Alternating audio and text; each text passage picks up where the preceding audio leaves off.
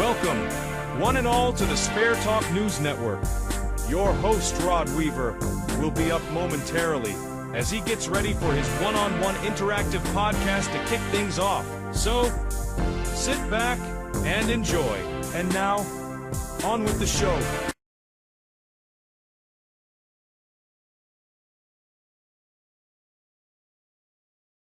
Welcome back, everyone, to another episode of Pin Talk.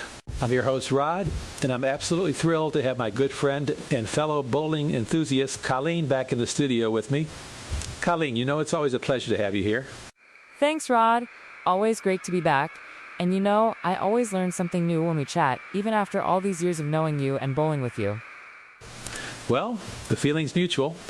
Today, we're diving into a topic that every bowler, from the casual league player to the seasoned pro, has probably encountered at some point: injuries. It's an inevitable part of pushing our bodies, especially in a sport that looks so graceful but really demands a lot. Absolutely. People outside of bowling might not realize the sheer physical stress we put on our joints, muscles, and even our fingers. It's not just walking up and rolling a ball, is it? Not at all. And being a taller guy, I've definitely had my share of aches and pains over the years, my knees especially. You know, for a right-handed bowler like me, that left knee takes a beating because that's the one I slide on at the foul line. Oh, tell me about it. Even though I'm not as tall as you, I also have that style where I try to get down pretty low at the foul line, and my knees have definitely paid the price. It's almost like a badge of honor, isn't it? It feels like it sometimes. In my younger prime years, I'd really get down there almost skimming the floor with my hand. And even then, that left knee was a constant concern. But I found ways to manage it, shifting my weight, especially on those approaches that were a bit sticky, or conversely, super slick. Sticky approaches are the worst for the knees. It's like a sudden stop. I've resorted to wearing a knee brace for years now, especially for league nights. It really does help stabilize things and gives me a bit more confidence to get down low without worrying about that immediate tweak. A brace is smart. I wish I'd been more consistent with that. But you know, while my left knee was a recurring annoyance, I actually had a couple of instances where my right knee got strained, and that was a whole different ballgame. Much, much worse. Your plant knee, then? That sounds debilitating, because that's where all the power comes from, right? Exactly. When that right knee, my power knee, was behind me at the delivery point and hurting, it felt like there was nothing I could do to shift the weight or compensate. The pain was more acute, and it just totally messed with my release consistency. With the left knee, I could anticipate and prepare, but the right, that was a surprise attack. I can only imagine. That's a huge component of your entire delivery. What about other common injuries, things beyond the big joints? I've had my share of wrist issues too. Oh, wrists are definitely up there. In my early career, when I was primarily bowling duck pins, I had a peculiar issue, a small cut on the padded part of the tip of my ring finger. You wouldn't think much of it, right? But with those small duck pin balls, where you really have to grip and spin, it was a huge problem. Every delivery, that cut just screamed. I can visualize that. The smaller ball means more pressure on specific points, doesn't it? With 10-pin, you've got more surface area, but duck pin, it's all about those fingertips. Precisely. 10-pin wasn't as bad, but the duck pin ball felt like it was specifically designed to find that cut. It was a real obstruction. Speaking of obstruction, I once severely sprained my right ankle, and wouldn't you know it, I had to bowl a league match just 2 or 3 days later. Oh no, Rod. The right ankle, your pushing foot? How on earth did you manage that? Honestly, it was a feat of stubbornness more than anything else. Fortunately, it was my right foot, not my sliding left, but it was still a major problem. You put so much weight on that foot during the approach, especially on that next to last step before the slide. Every step was agony, and I couldn't get any leverage. That's incredible. I would have been on the bench, no question. How did you even manage to stay balanced? Let's just say my average for that night took a serious hit. But back in those early days, there wasn't much that could truly sideline me. I mean, I even bowled with the flu once. That was awkward, trying not to spread germs, but manageable. The flu? Rod, you're a menace. Though, I get it, the dedication. I know. Under normal circumstances, I absolutely wouldn't have exposed people to that. But I was a secretary of the Men's Traveling League, and it was one of our Sunday matches. I had to be there. I had to create the weekly booklets, update the website from the previous Friday's scores, Since I was at the lanes anyway, I figured bowling was actually a means of fighting the virus with exercise. Or that's what I told myself anyway. I can just imagine. I'm not being selfish, I'm exercising. Only you, Rod, only you. But seriously, it does show the level of commitment. We push through so much for this sport. We do. But despite all those experiences, the flu, the ankle, the knees, the one ailment that truly physically prevented me from throwing the ball, absolutely shut me down, was a lower back injury. That happened more recently when I was right around 60. Oh, the back. That's a common one that really puts a stop to everything. Mine, thankfully, hasn't been too bad yet, but I hear stories. For me, beyond the knees we already talked about, it's definitely been my wrists. I've often had to wear a wrist brace, similar to my knee brace, to keep bowling. Wrist problems are notorious in bowling. All that torque and repetitive motion. Yeah, it was a recurring injury for me, and later in my career, it actually developed into carpal tunnel syndrome. That was a rough patch, trying to manage that and still maintain my game. Carpal tunnel, that's serious. I actually had a case of tendonitis in my bowling hand once that sidelined me for almost an entire bowling season. Although, I did manage to gut out the last 7 weeks or so of the previous year's league. Talk about pain management. See, that's the thing. We're all pushing through, but for me, despite having some pretty painful ailments, I typically refrain from taking any kind of anti-inflammatory medication, like Advil. I just never liked the idea of masking the pain. I completely agree with you on that, Colleen. The human body is such a marvel of creation, truly a self-repairing mechanism.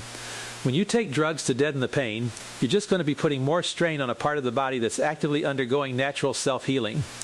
And when the body is signaling pain, it's essentially telling you to stop putting strain on the affected body part until it can repair itself. It's a natural warning system. Exactly. It's your body's way of saying, hey, maybe don't do that right now. Sometimes we just need to listen. Another one of my nagging injuries, and this is probably more surprising, was the occasional pinched nerve in my neck. A pinched nerve in the neck? How does that relate to bowling? It made it incredibly painful to turn my head, especially when driving my vehicle. And you might not think about it, but bowling involves a lot of looking down the lane, tracking the ball, then turning to watch the pins. That constant small rotation, coupled with the driving to and from the alley, just aggravated it. It was much more of a problem than you'd expect for a sport mostly about arms and legs. That's a fantastic point. The subtle movements we take for granted. So, we've talked a lot about injuries that develop over time or are exacerbated by bowling. But sometimes, injuries are just there in a person's everyday life prior to a night's bowling. And then there are injuries that actually occur at the alley, often caused by external circumstances. Oh, you mean like tripping over someone else's bag, or a slick spot on the concourse. I've seen some spills, mostly embarrassing ones, thankfully. Exactly. A slippery or tacky approach that catches you off guard, or simply stepping down from the lane, or from one of the concourse steps in the alley and into the bowling circle, causing a fall. I actually had one of these alley-caused injuries back in the early to mid-1980s at White Oak bowling lanes. Oh, White Oak, a classic. What happened there, Rod? Now, this isn't a criticism of White Oak lanes, just an incidental occurrence. My style, when rolling the duck pin ball, was to customarily get down really low at the foul line, basically rolling the ball with my hand close to the floor to ensure a smooth delivery. Well, on one particular evening, there was a tiny sliver of wood, just a microscopic piece really, that happened to be raised up ever so slightly from the wood on the approach. It was virtually unnoticeable. Oh no, I know where this is going, Bolt. Wood under the fingernail, right? Bingo. As I was rolling the ball, my middle finger, right in the thick of my delivery, encountered this sliver. It got wedged right under the fingernail. I definitely experienced a reflex reaction, a sharp intake of breath. The weird thing is, the wood itself, while under the nail, didn't really hurt that bad initially. Until you tried to get it out, I bet. Exactly. The real pain and the real flow of blood started when I pulled that sliver of wood out from under the nail. It was quite a sight, I can tell you. But after a couple of minutes, things were under control with just minor throbbing. I patched it up, and bowling resumed as normal. Just one of those unforeseen, bizarre issues you can encounter at the alleys. That's wild, Rod. A sliver of wood, of all things. It just goes to show, you never know what's going to happen. It's not just about the repetitive stress, but also the environment we're in. Exactly. And I think that's the big takeaway from our conversation today, isn't it? Bowling is a fantastic sport, incredibly rewarding, but it demands respect from our bodies. We've talked about knees, wrists, ankles, fingers, even backs and necks. And the importance of listening to those warning signals, even when we're tempted to push through. Sometimes, a brace, or even just sitting a game out, can prevent something minor from becoming a season-ending injury. Absolutely. It's all about balancing that competitive drive with self-preservation, and knowing that even the most seemingly innocuous things, like a tiny sliver of wood, can throw a wrench into your perfect game. Colleen, as always, it's been a fascinating and insightful discussion. Thanks for sharing your experiences. My pleasure, Rod. Always great to chat about the highs and lows, literally, of our favorite sport. Hopefully our listeners will take some of this to heart and keep themselves healthy on the lanes. Couldn't have said it better myself. And to all our listeners, thank you for tuning in to Pin Talk. We hope this conversation helps you stay safe, stay healthy, and keep those pins falling. We'll catch you next time.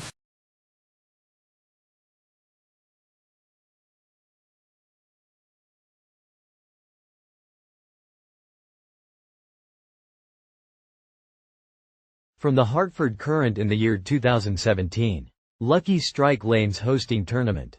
By Melanie Savage. Originally located in Willimantic, Lucky Strike Lanes moved to its current location, on Route 32 in Mansfield, in 1967.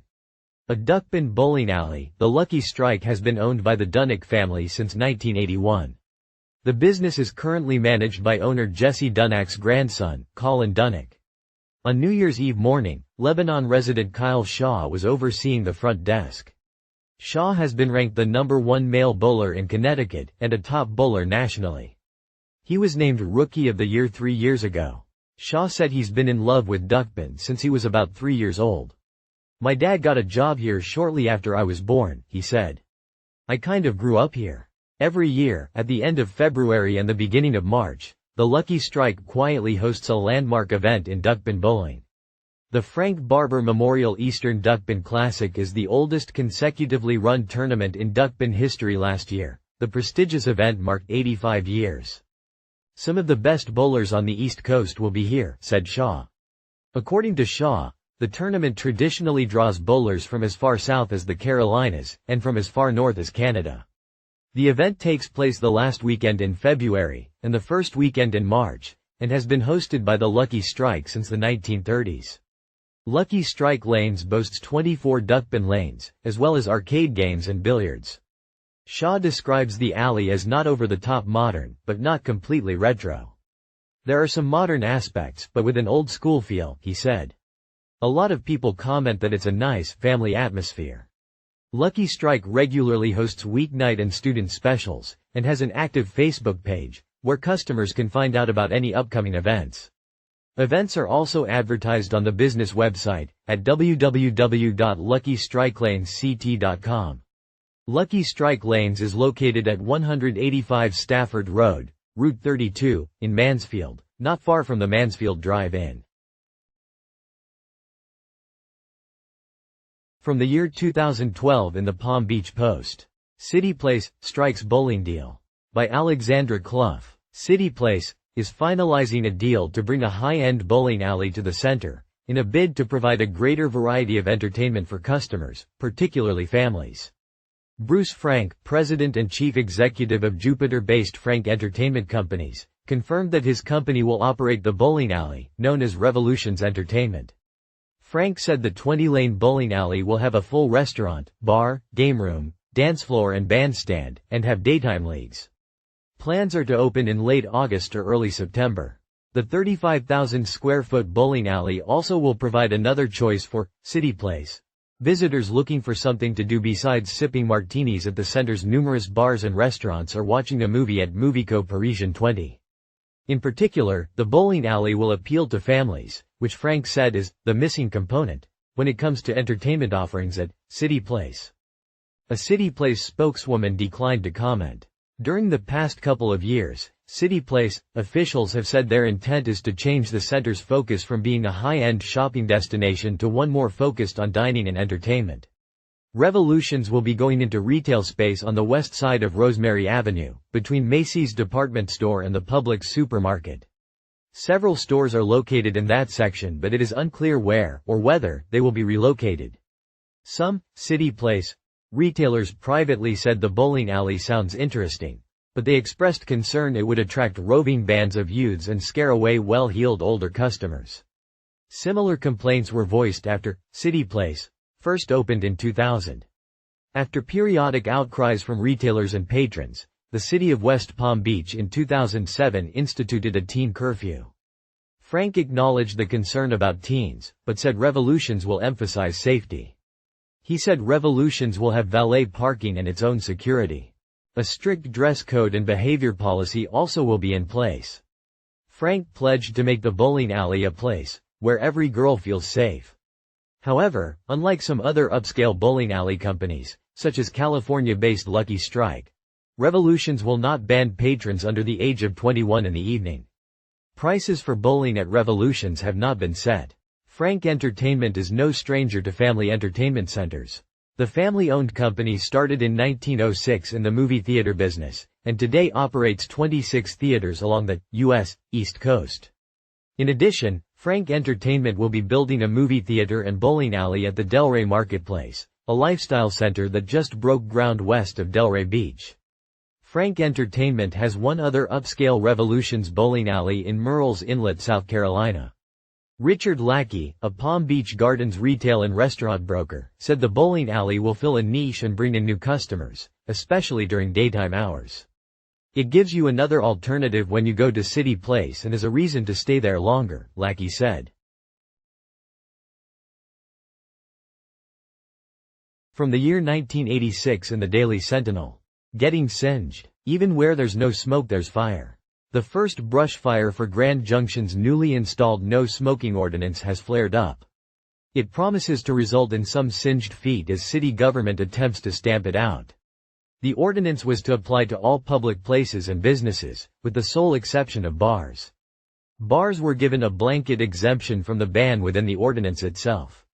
But the city made a crucial mistake. It failed to consider how difficult it would be to implement the ordinance in a recreational facility like a bowling alley, where cigarette smoking is more widespread than 7-10 splits. But City Attorney Gerald Ashby, perhaps after sifting through some tea leaves, gleaned an exemption for bowling alleys after reading the ordinance's fine print. They were to be considered bars for the purpose of the no-smoking ordinance. Smoking would be allowed in bowling alleys. Then, however, someone brought up the fact that another city ordinance forbade minors from entering bars, whether they consumed liquor or not. If a bowling alley is a bar, it was argued, then minors could not, by ordinance, go into bowling alleys anymore. Typically, the suggestion was made that the minors in bars ordinance be changed or repealed. City Council will take the matter under advisement. Meanwhile, the no kids in bars rule will not be enforced, at least not in bars that are really bowling alleys. There are bound to be kinks in the best of new ordinances, especially ones as broad in effect as the no-smoking ordinance. Council might be wise, however, to benefit from its brief experience and think long and hard before granting exemptions to anyone.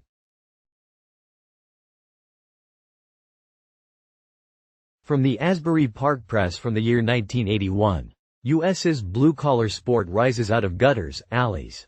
By Fred Rothenberg. Bowling, America's blue-collar game, has risen out of the gutters and alleys. The popular participant sport now travels first class along Madison Avenue because of a conscientious cleanup campaign and the best TV format since Johnny Carson was given his desk and sofa. As Carson might deadpan, how popular is it? Well, on Saturday, ABC TV begins its 20th consecutive season broadcasting the Professional Bowlers Tour with the Miller High Life Classic from Anaheim, California. The network recently signed a new 4-year contract to carry 16 winter tour events and for the first time, 5 spring stops. And if longevity doesn't impress you, how about ratings? Bowling attracts more viewers than all sports except football and boxing. It also draws more women than most sports.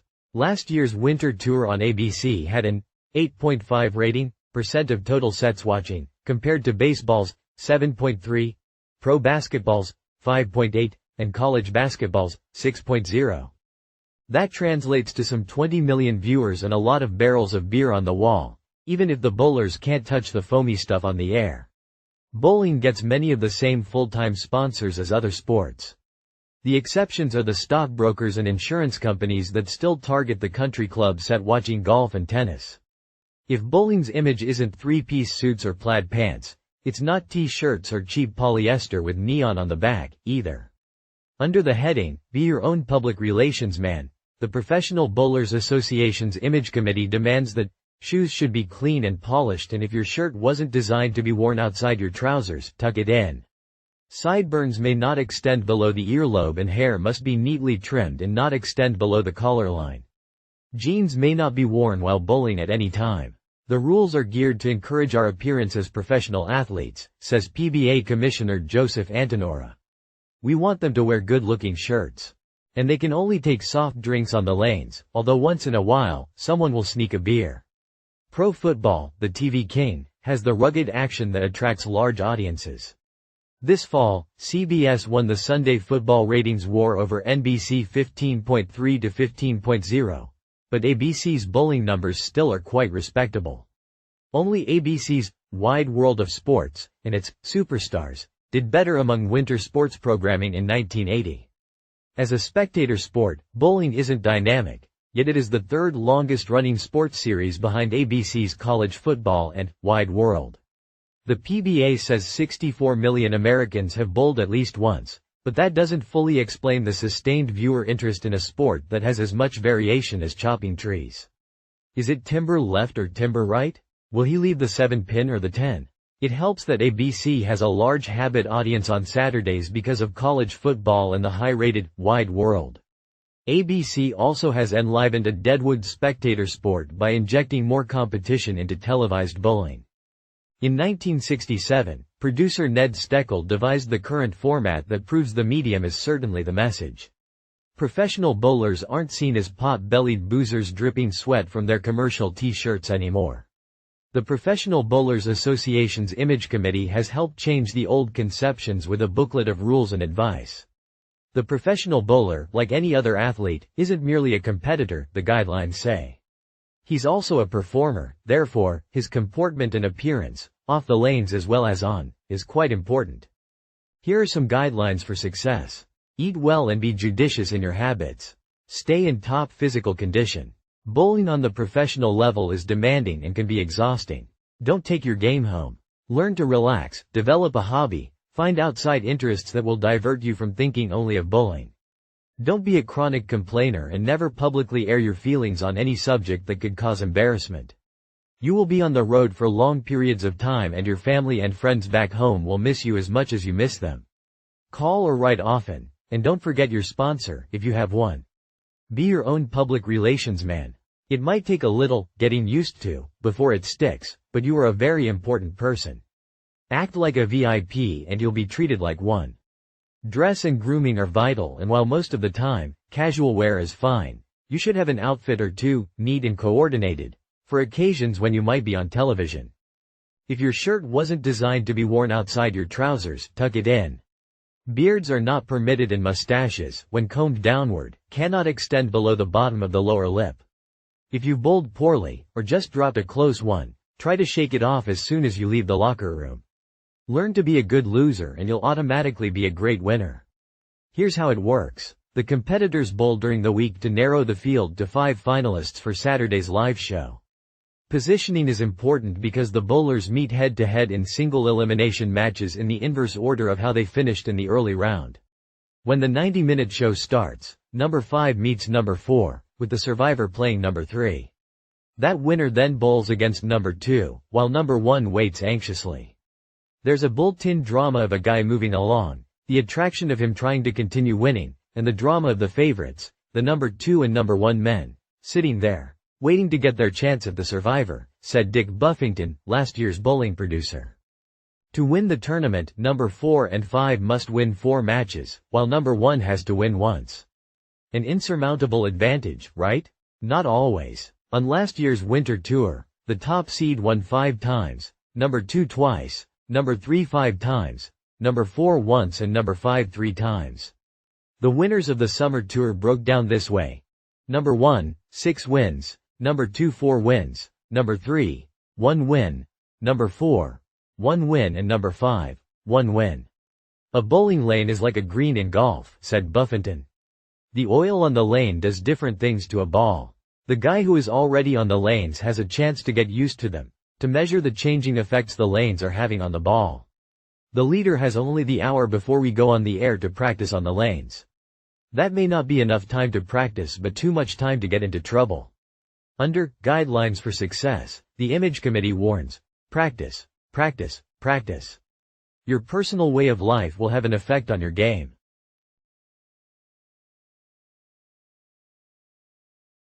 From the year 2006 in the Tampa Bay Times. From alleys to memories. Pummeled by wind, fire and water, the Sunshine Bowl undergoes demolition. By Sharon L. Bond. Sunshine Bowl was moving beyond the damage caused by Hurricanes Charlie and Jeanne when the fire occurred. It burned the new roof, and water used to put out the flames flooded the bowling alley again. And that proved to be the end of an entertainment venue that had been an institution in South Pinellas County since the 1950s. It's a sad story. 48 years of hard work down the drain, said Jerry Krause, who with 3 partners opened Sunshine Bowl in 1958. The bowling alley is being demolished.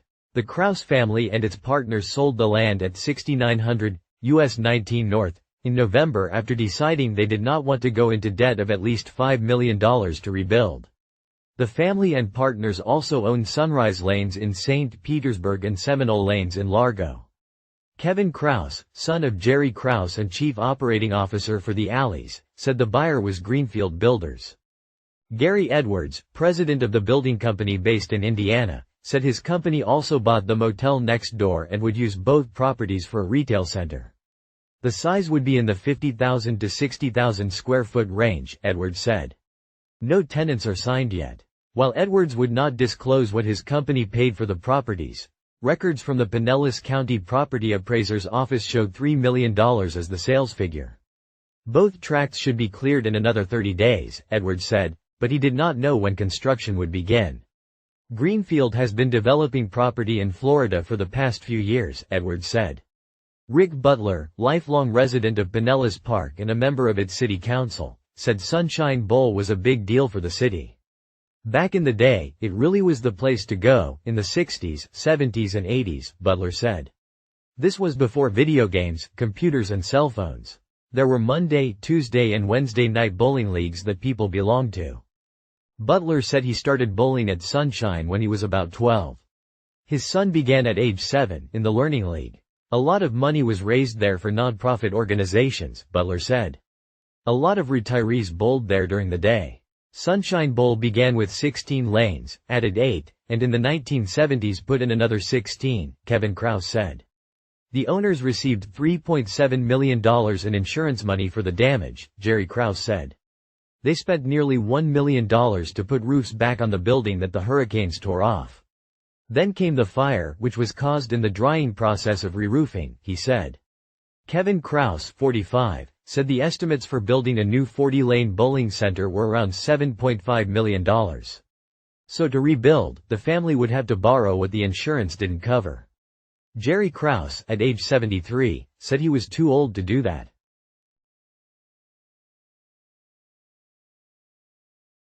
From the Plain Dealer in the year 1986. Sponsors spare pro bowlers some of risks. By Becky Freely. Just your average traveling gear. 14 bowling balls, 20 bowling shirts, 20 dress shirts, 10 pairs of slacks, 5 pairs of shoes. Average, that is, for pro bowler Jim Panchik of Highland Heights. Panchik, 26, began his first full tour of the Professional Bowlers Association circuit this week with the $150,000 AC Delco Classic in Union City, California. Besides his working duds, Panchik is equipped for the first time with financial sponsorship. These days, the young pro says, it's practically impossible to hit the PBA circuit without both.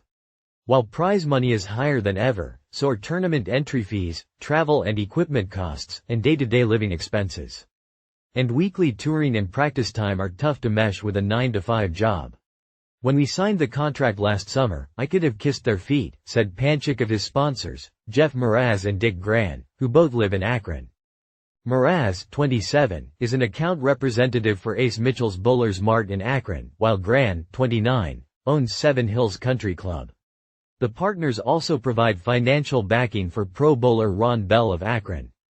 Under Panchik's one-year contract, Mraz and Gran agreed to pay $450 weekly for living expenses and the $200 entry fee for each stop on the pro circuit, Panchik said. In return, The sponsors get half the bowler's prize money after expenses for the year have been taken out.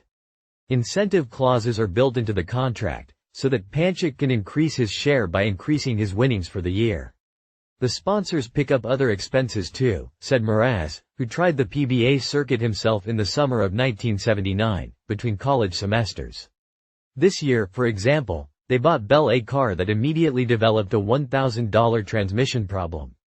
Bowling is a very mental game, and we try to keep the financial obligations off them, said Mraz. It's almost like being a sole proprietor.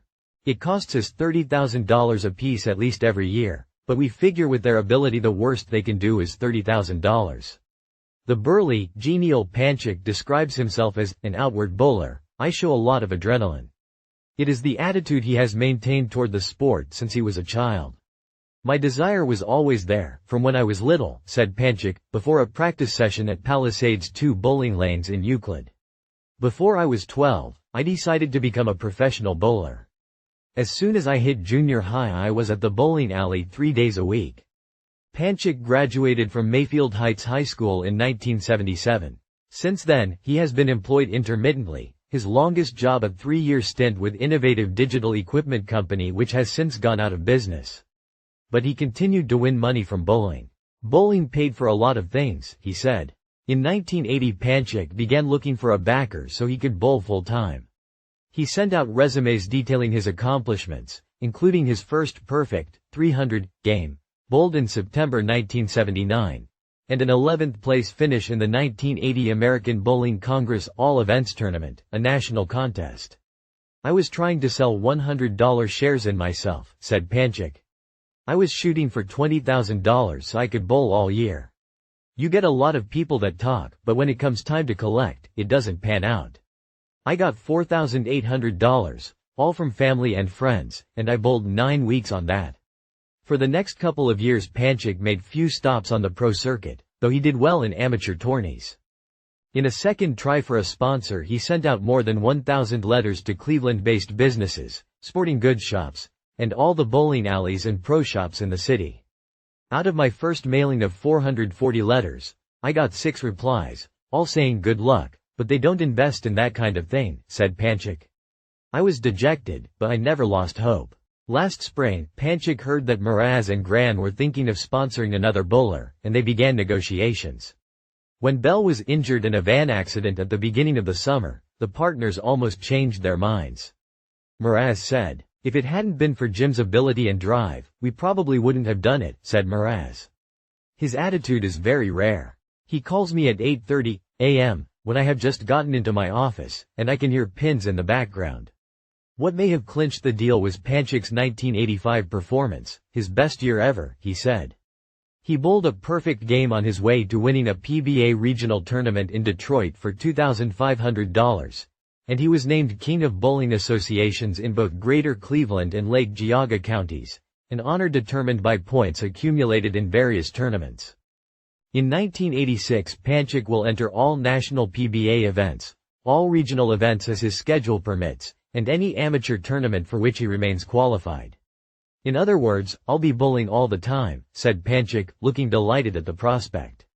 He will travel with Ron Bell of Akron, his roommate for the tour.